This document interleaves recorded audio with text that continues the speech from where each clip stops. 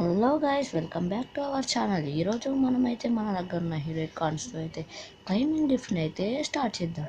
So first నేనైతే claiming గిఫ్ట్ని అయితే start చేశాను. నాకైతే వీడు ఒక మాస్క్ అయితే ఇచ్చాడు గైస్. అండ్ నెక్స్ట్ నాకైతే వీడు ఇచ్చిన ఒక సెకండ్ ఫేస్ మాస్క్ అయితే భలే నచ్చేసింది. దీన్ని ఎలాగైనా సరే క్లైమ్ చేసుకోవాలని నాకు చాలా ఆశ పుట్టింది. So let us try guys.